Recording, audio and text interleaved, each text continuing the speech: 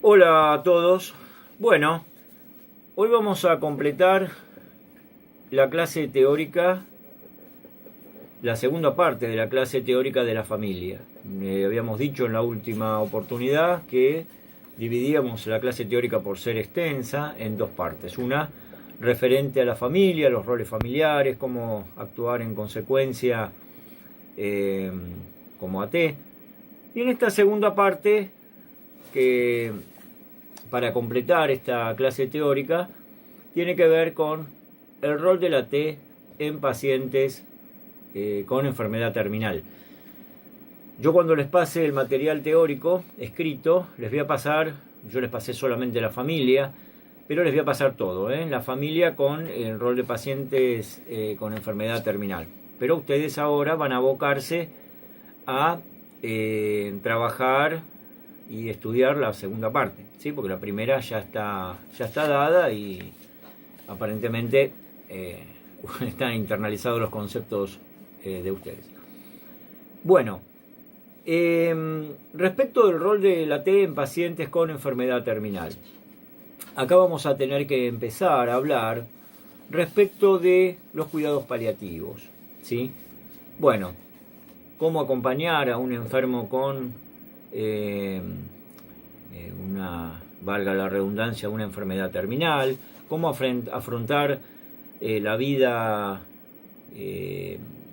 los últimos días de vida de la persona, cómo acompañar a afrontar esos últimos días de vida de la persona, cómo asumir la muerte, que es tan difícil para todos, obviamente, no solamente para una persona que está en esas circunstancias tan importantes de su vida. Para todos, porque es un dilema realmente, un misterio, el saber qué hay detrás de lo que es la muerte. Sabemos que nacemos, evolucionamos y finalmente, como ciclo de vida, morimos, ¿sí? Es el misterio misterio histórico, el misterio de siglos que el ser humano tiene que de alguna forma apropiarse y tratar de mantener una vertical en la vida para no estar pensando en eso, porque realmente no pensamos en morir, pero inconscientemente sabemos que vamos a morir. Si tenemos en claro que nacemos, vivimos y morimos, realmente vamos a tener una pauta importante que darle a ese paciente con enfermedad terminal. Porque cuando asistimos a un paciente con enfermedad terminal, por lo general puede llegar a ser en un nosocomio, en una cama, en una terapia intensiva, sobre todo quizás en una cama de hospital o clínica, pero también en domicilio, ¿no? Para cuando ya se han hecho todas las cosas posibles y el descanso en paz se realiza en ese propio domicilio. Por lo tanto, aquí tenemos que tener en cuenta que no solamente acompañamos a esos últimos días o meses a ese familiar, a ese paciente, sino también al familiar, ¿sí? Porque el familiar es los familiares son las personas que más se pueden llegar a resistir a que la persona parta. Hay mucha pena que vamos a tener que de alguna forma contener. Para poder contener esto, la distancia obviamente va a tener que ser la distancia óptima, a veces una distancia mínima, porque no es fácil poder contener una circunstancia que ya sabemos que tiene un fin en un momento dado. Ni qué hablar cuando ese paciente enfermo es un niño o una niña. Acá la distancia realmente es muy pequeña, porque no anida en nuestra mente la idea de que un niño o una niña pueda llegar a morir. Nos relacionamos con lo injusto, con lo que no puede suceder porque esa persona no pudo vivir en todo caso su vida, ¿sí? Pero bueno, en estos casos hay que reflexionar previamente para poder asistir tanto a uno como a otro paciente, ¿sí? Lo que no podemos hacer es angustiarnos y llorar con ellos, ¿eh? Obviamente que va a haber cierto padecimiento, ciertas cargas muy negativas en el acompañante terapéutico que después vamos a tener que hablar con el terapeuta en un momento dado para que sea una válvula de escape de todas esas connotaciones negativas que nos han quedado impregnados. Bueno, dicho esto, y si tenemos claro algo muy fundamental, que es, si tuvimos, porque todos hemos tenido seres queridos que han fallecido, no asociar nunca a un ser querido fallecido con el paciente que estamos brindándole nuestro acompañamiento, nuestra contención, nuestra escucha, ¿sí? Si nosotros vamos a asociar a ese paciente con el ser querido nuestro que se fue, y siempre nos remontamos a aquel, bueno, ahí va a resultar un acompañamiento bastante penoso, ¿sí? Y en algunos casos han tenido que dar un paso al costado esos acompañantes terapéuticos, porque no fueron efectivos en su función de acompañantes. Ténganlo en claro, hay un acto de reflexión muy grande cuando tiene que haber para poder estar con un paciente con enfermedad terminal. La enfermedad terminal, cáncer, SIDA, etcétera, leucemia, etcétera. Y muchas veces cuando hablamos de cáncer, por ejemplo, hablamos de una penosa enfermedad. Es tanta la forma en que nos alejamos del tema de la muerte que siempre no hablamos de las enfermedades por su nombre, Eso es no abordar, en todo caso, a la enfermedad y por tener realmente temor a esa muerte, ¿sí? Entonces, siempre, hasta en los medios, se figura así, tal persona murió por una penosa enfermedad. ¿Y cuál era la enfermedad? Fue penosa, bueno, era cáncer, multiplicación de células, etcétera. Bueno, pero hubo una causa, por herencia, por lo que sea, ¿sí? Pero hay que tomar las cosas por su nombre, Científicamente, los médicos siempre van a intentar hacer lo posible para poder desarrollar alguna cura en el aspecto físico de esa persona, pero bueno, si no se puede, lo que se instala siempre son los cuidados paliativos. Los cuidados paliativos hay una forma de acompañar al enfermo en la etapa terminal. Afrontar la vida y el límite aproximado con la muerte. Tenemos que tener en cuenta que esos cuidados paliativos los genera un equipo de salud con el paciente con enfermedad terminal. Siempre el equipo de salud va a estar junto con el paciente y no, eso es variado. Acá hay médicos que diagnostican, enfermeras que están muy atentas a la evolución de ese paciente, pero otros lugares realmente no están allí, por lo tanto los familiares son los que tienen que finalmente contener. Pero hay equipos de salud que sí están en el tratamiento del dolor, un equipo que también cuenta con psicólogos para poder de alguna forma absorber el drama de la muerte, el drama de no estar más en nuestra vida terrenal, ¿sí? También tenemos que tener en cuenta que tanto el paciente como la familia sigue teniendo emociones y sentimientos hasta el último día. Siempre están estos sentimientos y emociones, no porque a alguien le diagnostiquen que tiene un cáncer terminal, y la persona no va ya está anulada de por vida. Sí va a haber un bloqueo emocional, pero hay muchas sensaciones, sentimientos. Esto lo tenemos que tener muy claro, porque nosotros vamos a ser el recipiente por el cual, la caja de resonancia, por el cual la persona va a gritar a voces muchas cosas, ¿sí? Y nosotros vamos a tener que contener todo eso. Por eso es muy bueno despejarnos, despejar nuestra mente de cualquier situación que ennegrezca de alguna forma en nuestro accionar.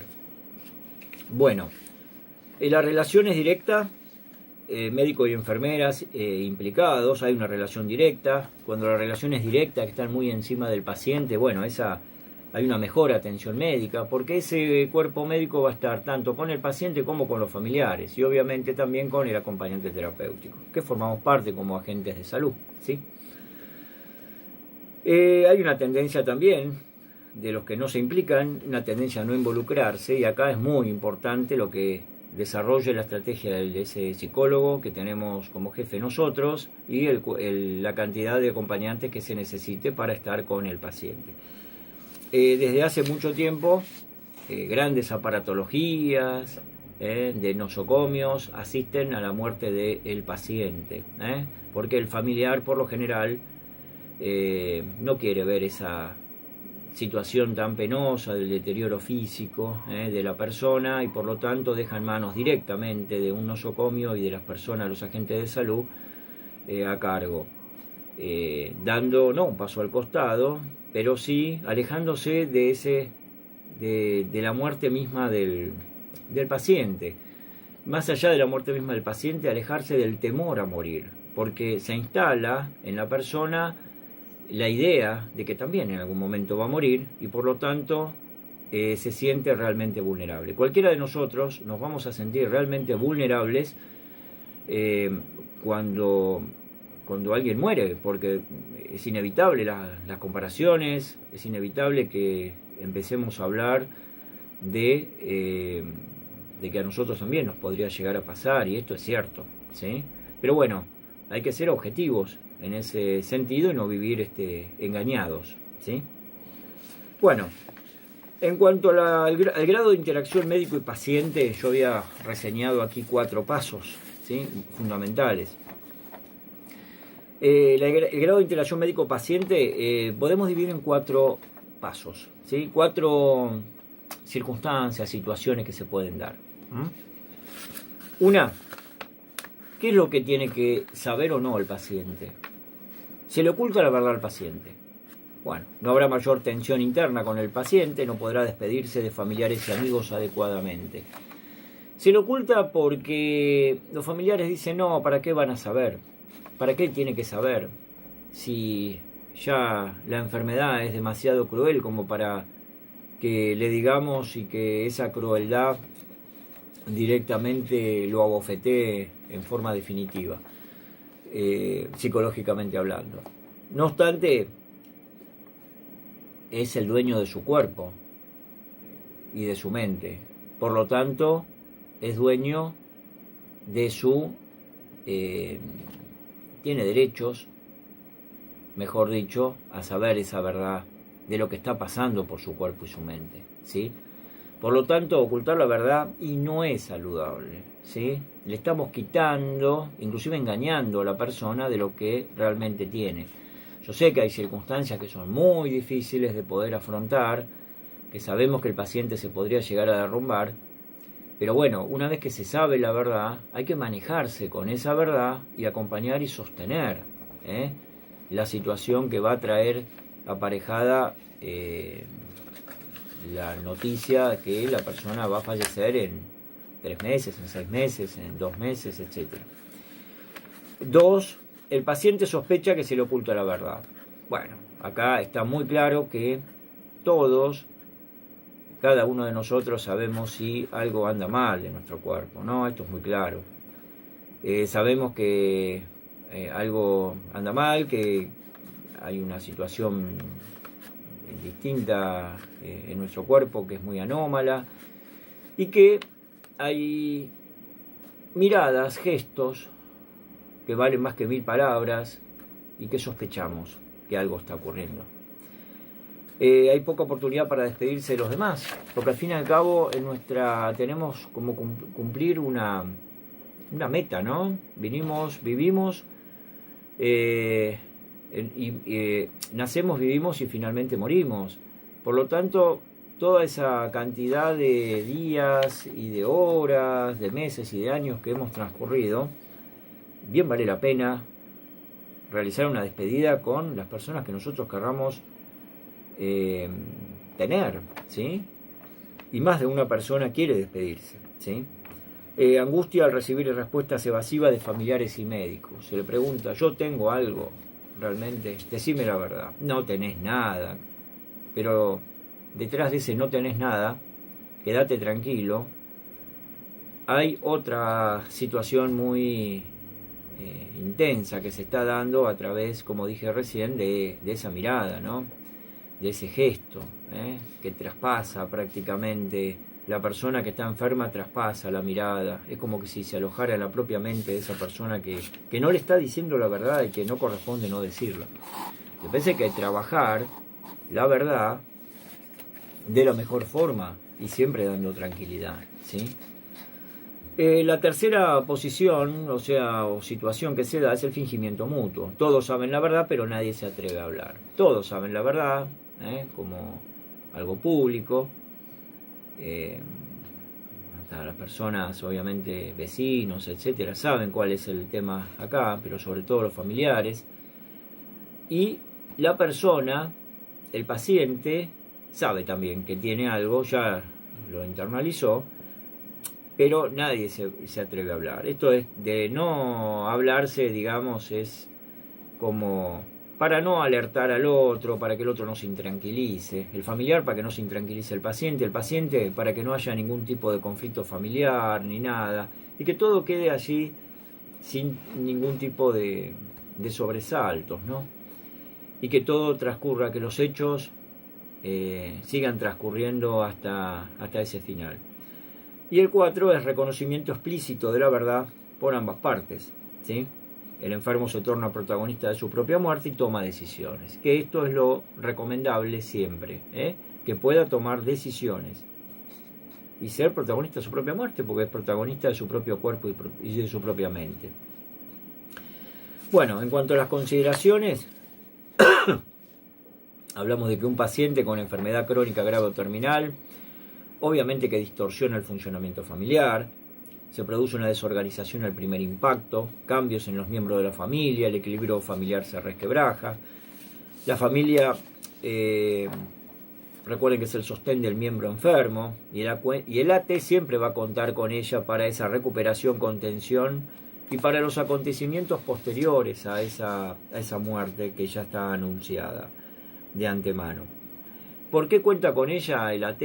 Porque es muy importante que el AT tenga el respaldo, el paciente tenga el respaldo. Es muy importante que el paciente tenga el respaldo de esa familia. Por eso el hablar permanentemente con la familia para que asistan al lugar donde está el enfermo y que realmente no se muestren angustiados ni nada por el estilo, sino que se muestren tranquilos, mesurados, ¿sí? Si tiene alguien que llorar, obviamente que puede llegar a pasar, que sea en otro lugar, en el baño del nosocomio, de la casa o en otro lugar, pero que si están mal no se presenten ahí a hablar con el paciente, porque el paciente necesita esa tranquilidad, lo moviliza muchísimo para mal si ven que la persona está mal, porque es como se dice habitualmente, la persona muere y se dice, estate bien porque, no sé, papá quería que estés bien, por ejemplo. Papá va a querer siempre que vos estés bien y no que estés mal. Bueno, esto ya a partir de el último tramo se tiene que asegurar, se tiene que entonces que ya antes de la partida que se vea bien a la persona, porque de esa forma parte tranquila la persona, porque están tranquilos, esa es la sensación que va a tener el enfermo. Que el otro está tranquilo, por lo tanto le brinda tranquilidad al enfermo. Igual que el AT. El AT también tiene que fijarse muchísimo en la emocionalidad, no emocionarse por cualquier cosa. Si bien tiene una buena posibilidad de poder tener esa distancia óptima que tiene que tener, porque no está involucrado en el campo afectivo. Pero muchas veces hay personas que son más sentimentales, AT más sentimentales, que pueden caer en esa situación o de repente ver a su propio padre allí postrado y hacer esas asociaciones que de antemano tenemos que tener en cuenta que no tienen que existir esas asociaciones. Nadie habla con el paciente sobre su muerte y es por miedo a la reacción y por miedo a la muerte. Lo habíamos dicho en este momento, en un momento dado. Tienen que tener en cuenta que la familia se distancia inconscientemente por la incertidumbre. ¿Moriré? la propia familia, moriré, se dice. Claro, se sienten vulnerables. La impotencia, la enfermedad expresada, no poder pasar una mano y decir, bueno, ya estás curado, genera una impotencia enorme, no poder hacer nada y solamente estar por el diagnóstico médico y lo que puedan hacer los médicos. El significado, ¿por qué a ella? ¿Por qué a ella o por qué a él? ¿Por qué no a mí? ¿Por qué tenía que pasarle? No, bueno, porque se dio la circunstancia así, podía haber sido también uno mismo. La sensación de fracaso, culpa, etcétera. Siempre hay culpas que se echan. Y claro, la persona pasó muchas circunstancias penosas, le hicimos hacer mucha mala sangre en la vida y ahora viene a pasar esto y bueno, todo tiene que ver. Bueno, las circunstancias de la vida siempre van a haber discusiones, conflictos, etcétera. Si por eso vamos a tener como una suerte de arrepentimiento en los últimos momentos de la vida de la persona, no hubiera habido, no hubiera existido vida. No hay una familia donde todo sea armonioso. La vida también tiene esos sinsabores, tiene discusiones, tiene un montón de cosas. No podemos culpabilizar a algo por el estilo, salvo que haya alguien con mucha malicia o que haya propinado mucha maldad y que ahora está arrepentido, pero una persona normal, común, obviamente que haya discutido y que tiene para arrepentirse, pero no por eso la persona está muriendo por esas circunstancias, ¿sí? Por una discusión o porque las cosas no salieron bien, o etcétera. O sea que todo ese sentimiento de fracaso, de culpa, hay que despojarse. No es por culpa nuestra que está muriendo el paciente, ¿sí? Salvo circunstancias X, ¿no? Pero normalmente no. Bueno, el AT tiene como arma una estrategia para la reorganización familiar. La familia se desguaza en muchos casos. Por eso tenemos que tener en cuenta qué tipo de familia es. Recuerden, o epileptoide, esquizoide, etcétera. Si son muy unidos, muy desunidos. Si la enfermedad es algo tremendo para ellos. O si son realmente muy adaptados a lo que nosotros queremos conseguir junto con el paciente. Y también tiene que ser junto con el familiar. Puede funcionar como red asistencial, o sea, nos sirve a nosotros para la asistencia de esa persona. ¿Necesitan ser monitoreados para hacerlo? O sea, tenemos que estar muy encima de ellos para estar persuadiendo permanentemente.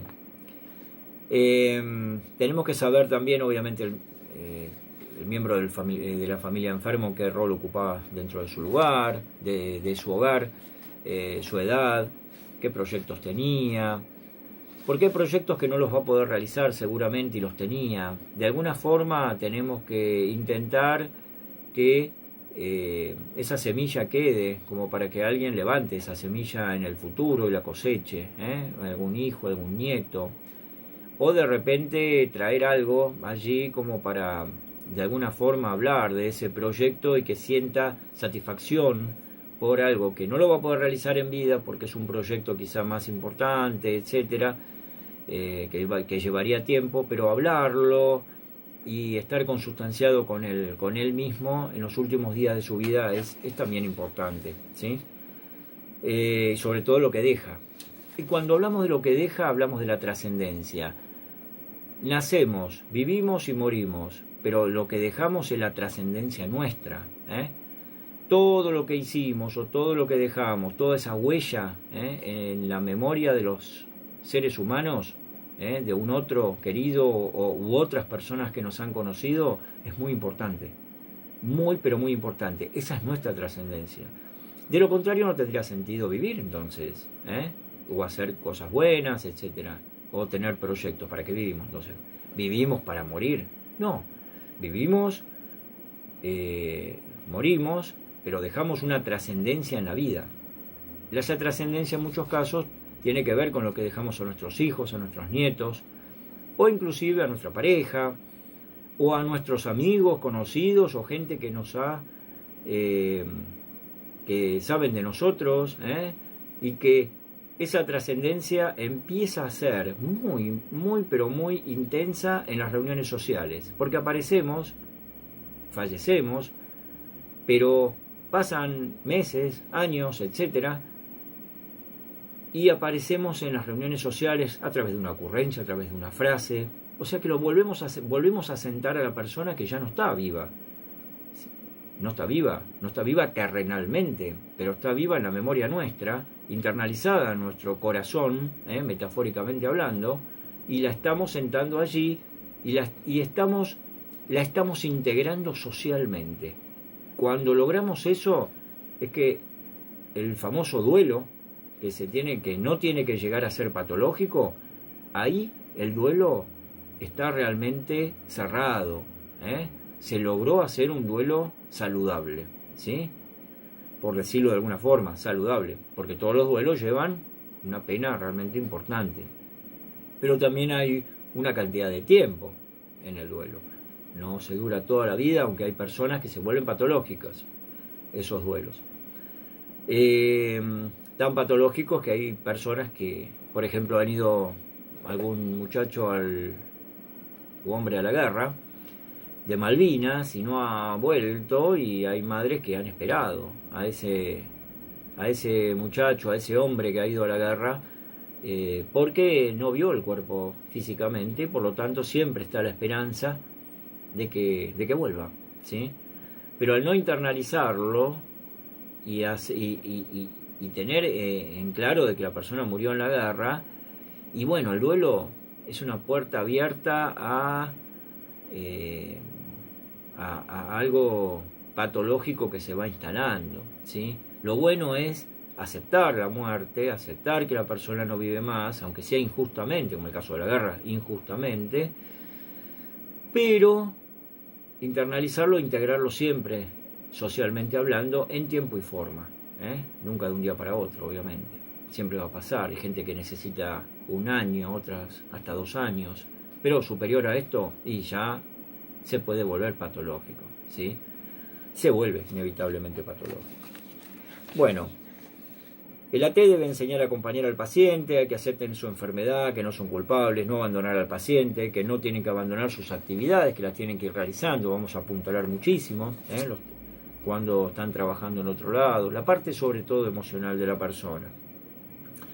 El trabajar los puntos en cuanto a la reorganización de la rutina familiar, lo dijimos, elaboración de la enfermedad y su proyección, las limitaciones que tiene ya el paciente, las recaídas, por ejemplo cuando se hace quimioterapia, muchas recaídas, las consecuencias de estos tratamientos que son muy, muy complejos, nuevo lugar que ocupará el enfermo, porque aparece ocupando un nuevo lugar, quizás sea alguien que está a cargo de la familia y ahora no puede estar a cargo de la familia activamente hablando, por lo tanto pasa a otro lugar, pero a aceptarlo también. Y este otro lugar es muy complejo aceptarlo, porque si es muy líder de la familia esa persona, y cuesta muchísimo, no es irreemplazable, pero de a poco hay que ir ocupando ese otro lugar. Ni qué hablar cuando hablamos de las personas que ocupan lugares, no sé, dueños de una empresa donde todo pasa por esa persona y no ha delegado nunca nada. Ahí se complica mucho. Miren, la muerte es una herida narcisística, ¿sí? No podemos imaginarnos una existencia sin nosotros. Eso es lo que pasa. Creemos que somos el ombligo del mundo. Por lo tanto, creemos que ¿cómo va a seguir la vida o el mundo sin nosotros? Por eso, es una herida narcisística. Hay un toque de nuestro propio ego. Si yo me muero, se para el mundo. No va a haber posibilidad. Y no es así. El mundo sigue, las relaciones siguen, las interacciones siguen, todo sigue. Y hay muchos cambios sociales. Todo va a seguir, aunque nosotros ya no estemos. Por eso tenemos que asumir que somos finitos, que vamos a tener un tiempo por el cual vamos a estar en la memoria de otras personas, ¿sí? Que nos van a hacer trascender a nosotros, pero nosotros ya no vamos a estar allí, físicamente hablando, y es corto el tiempo muchas veces, y aprendemos quizás a entender esto cuando ya tenemos que partir, o aprendemos un montón de cosas y tiempos perdidos que hemos tenido en la vida, y justo cuando nos pasan cosas o hechos traumáticos, complicados. Pero bueno, está bueno saberlo, como para en cualquier momento saber que la vida es un aprendizaje y que no estamos por estar, estamos para trascender. Por eso es bueno lo que dejamos. Y los buenos ejemplos y la buena huella que dejamos en el otro, así como la bondad, la solidaridad. No es lo mismo hacer el bien que el mal, porque lo que dejamos hacia el otro o que le dejamos para una sociedad más armoniosa es realmente ser solidarios, ser bondadosos. Eso es muy importante, ¿sí? No es lo mismo una cosa que la otra, ¿sí? Y esto, fíjense ustedes que no hablo nunca de lo que tiene que ver con la religión. Y la religión para muchas personas es muy importante. Para muchos, bueno, Dios nos da la vida, nacemos y después vamos, si hicimos el bien, a un cielo, y si no, vamos a un infierno. Yo no toco el tema de la religión porque dentro del grupo acá de estudiantes, bueno, cada cual sabe perfectamente a qué atenerse. Yo no estoy en contra de ningún tipo de creencias religiosas. Por lo tanto, también tenemos que tener en cuenta que tenemos que ser amplios cuando estamos con un enfermo. Podemos encontrar a alguien de religión judía, musulmana, católica o ateo, o que sea realmente ateo. Todo va a servir, porque la espiritualidad es muy grande en estos últimos momentos que le toca vivir a una persona. Siempre se apela a Dios, a Dios, a un ser supremo, o la persona que es atea, también a lo que va dejando, a su hijo, a su nieto, se agarra mucho de lo que físicamente ve y considera, ¿sí? El apoyo espiritual y o religioso es muy importante, la fuerza espiritual del paciente, que el paciente enfrenta las dificultades de la enfermedad de mejor forma.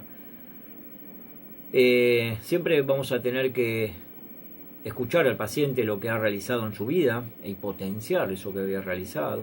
Vamos a dejar que hable. Lo que dejará, sobre todo su familia, y que va a estar bien, y siempre conteniendo en este punto la esperanza, lo que queda por vivir, ¿sí? Pero nunca hablemos, sí, vos terminás tu día el 30 de septiembre. No, eso no. Eso que sea cuando sea, ¿sí? Serenidad y paz para morir. Mucha serenidad, mucha tranquilidad y paz para morir, ¿sí? Siempre allí. Nosotros. El dolor y el sufrimiento, transformarlo en algo positivo. Y esa trascendencia es el algo positivo. El espíritu facilita el acceso a esa esperanza de tranquilidad y paz final, ¿sí? Que inclusive físicamente lo está esperando, la persona lo está esperando. Si vamos a hablar de antes de esto, fíjense ustedes que en los últimos momentos, o cuando estamos en domicilio, o inclusive estamos en la terapia de algún nosocomio, o en un hospital, o en una clínica, en una cama, pero sobre todo en domicilio, es muy bueno que tengan lindos aromas, algo de incienso, música funcional, no música melancólica, sino una música que dé cierto ritmo a esa vida que la persona puede sentir que está en una postración, pero eso le da un poco de un ritmo, ¿sí? Un ritmo que emocionalmente es muy bueno.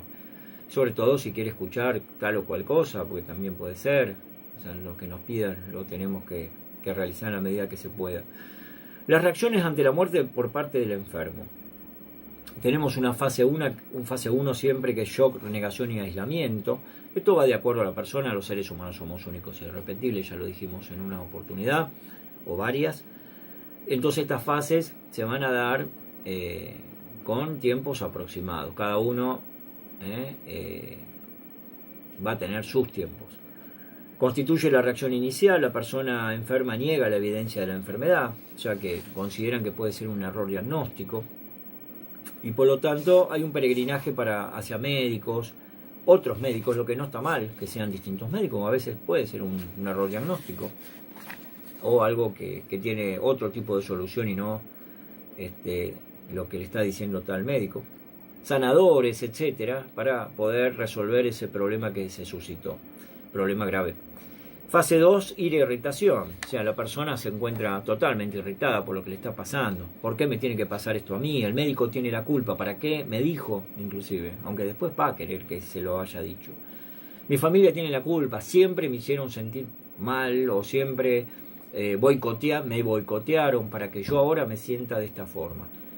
Esto es feo. Es muy feo porque la persona puede sentir culpa, sobre todo aquellos que han tenido algunas discusiones, bueno, seguro que van a sentir culpa. Algunas personas sí realmente la tienen porque han hecho de la vida de un paciente una vida muy miserable, ¿sí? Pero la mayoría no, son discusiones que son de familia, ¿sí? Domésticas. ¿Por qué me ha pasado esto a mí? La fase tiene una pregunta característica: ¿por qué me ha pasado esto a mí? ¿Y por qué no? Puede pasar, ¿cómo que no? Nosotros como AT también nos puede pasar, en nuestros familiares, a cualquier persona puede pasar una circunstancia que tenga que ver con una enfermedad terminal. La fase 3, el pacto o negación. La persona enferma intenta negociar la curación. Bueno, acá es un poco ingenua esta situación, es una fase corta, con connotaciones infantiles. Se le propone como una suerte de negociación a Dios o al médico, que va a hacer tal cosa a cambio de la curación. Pero ya se empieza a aceptar la idea de la muerte. La fase 4, la depresión. Siempre la persona se va a retraer, enlentecer, sentirse muy mal, abandonado. Se abandona, puede aparecer ideas suicidas, esto sí hay que tener muy en cuenta. Toma conciencia de la pérdida de la vida. En esta fase de depresión es donde se pueden dar los acompañamientos terapéuticos, ¿sí? En esta fase 4 por lo general. Las otras también puede ser, pero en menor circunstancias, porque recién empieza esta situación. Pero acá sí se va a requerir, sobre todo si hay una patología inclusive de depresión. Y la fase 5, la aceptación. El paciente ya ha dejado de luchar y aunque normalmente lo acompaña un sentimiento de profunda tristeza, también siente un inmenso deseo de paz y tranquilidad. Se acepta la situación tan compleja de tener que partir, pero en forma tranquila, en forma serena. Hay muchas personas que dejan realmente un ejemplo, todo su ejemplo de vida en esos últimos días y son tan lúcidos, ¿sí? El duelo corresponde a la parte de los familiares, ¿sí? Los duelos, como decíamos hoy, que no sean patológicos, tiene una fase 1 inmediata, donde la persona se hace niega, rechaza y se hace autorreproches permanentes, la vida no merece ser vivida, la sensación de un vacío intenso, ¿sí? Siempre se exalta los valores del fallecido y está muy presente la persona que ya no está. El bloqueo psicológico que hay, el deseo solidario de la muerte, o sea, me quiero ir a morir con él o con ella, ¿sí? Fase 2 o intermedia. La fase domina la depresión y el dolor, sí es cierto, pero no lo puedo soportar. Sí, se inicia la aceptación, pero se reviven los recuerdos. Esta fase puede durar meses o años, ¿sí? Tiene que ver con una fase 2 o intermedias. Siempre se visualiza las pertenencias de la persona fallecida, se la sigue teniendo en cuenta, todavía no se desprende ese tema físico, ¿sí? Las personas creyentes observan un aumento de la actividad religiosa, como de esa forma poder tener una interacción con el paciente, de alguna forma, con el fallecido. Fase 3, estable o tardía, la fase de sedimentación y adaptación a las nuevas circunstancias, se asume la pérdida entre el miedo al futuro y la imposición de lo cotidiano, ¿sí? Acá es cuando la aceptación de la vida, ya sabemos que la pérdida ya es irreparable, la aceptación de la vida como una obligación, la sensación de vacío y la soledad, la hipertrofia del ser querido y finalmente la aceptación del nuevo rol social, si va a ser viuda, viudo, huérfano, etcétera, ¿sí? Un nuevo rol social. Bueno, en cuanto a hay una declaración de los derechos, bueno, yo lo extraje de las personas moribundas, en realidad de las personas a punto de fallecer, yo diría mejor, pero voy a marcar 4. No padecer dolor, no morir solo, son derechos que tienen las personas, que tenemos todos si estamos en una circunstancia así. participar en las decisiones sobre mis cuidados, morir en paz y con dignidad, ser tratado como un ser humano hasta que muera. Esto va para todos. Participar en las decisiones sobre mis cuidados, etc. ¿Sí? Bueno, y como último, voy a leerles esta poesía. Yo sé que este teórico quizás haga mucho ruido, es muy movilizante, en el sentido de que estamos tratando un tema tan, no digo tabú, pero misterioso como es la muerte, ¿no? La vida y la muerte, hermanados. Y como acompañante terapéutico, saber si siempre tener la idea cabal de que si voy a acompañar a alguien en estas condiciones, voy a tener que despejarme de cualquier tipo de duda, ¿sí? Existencial, respecto de la muerte, respecto de que no tengo que tener asociaciones con seres queridos que fallecieron. Tengo que estar muy pleno para poder hacer este tipo de acompañamientos. Les voy a leer una poesía final, una poesía de un poema de Amado Nervo, que tiene que ver con la vida y la muerte. Muy cerca de mi ocaso, yo te bendigo vida, porque nunca me diste ni esperanza fallida, ni trabajos injustos, ni pena inmerecida, porque veo al final de mi rudo camino que yo fui el arquitecto de mi propio destino. Que si extraje las mieles o la hiel de las cosas, fue porque en ellas puse hiel o mieles sabrosas. Cuando planté rosales coseché siempre rosas. Cierto, a mis lozanías va a seguir el invierno, mas tú no me dijiste que mayo fuese eterno. Hallé sin duda largas las noches de mis penas, mas no me prometiste tan solo noches buenas, y en cambio tuve algunas santamente serenas. Amé, fui amado, el sol acarició mi faz. Vida, nada me debes, vida, estamos en paz. Bueno, yo les voy a mandar una actividad para realizar. Con esto terminamos la clase teórica de hoy. Y bueno, cualquier duda, como siempre, me lo hacen saber vía mail, vía WhatsApp, y yo responderé como corresponde. Cuídense y será hasta la próxima.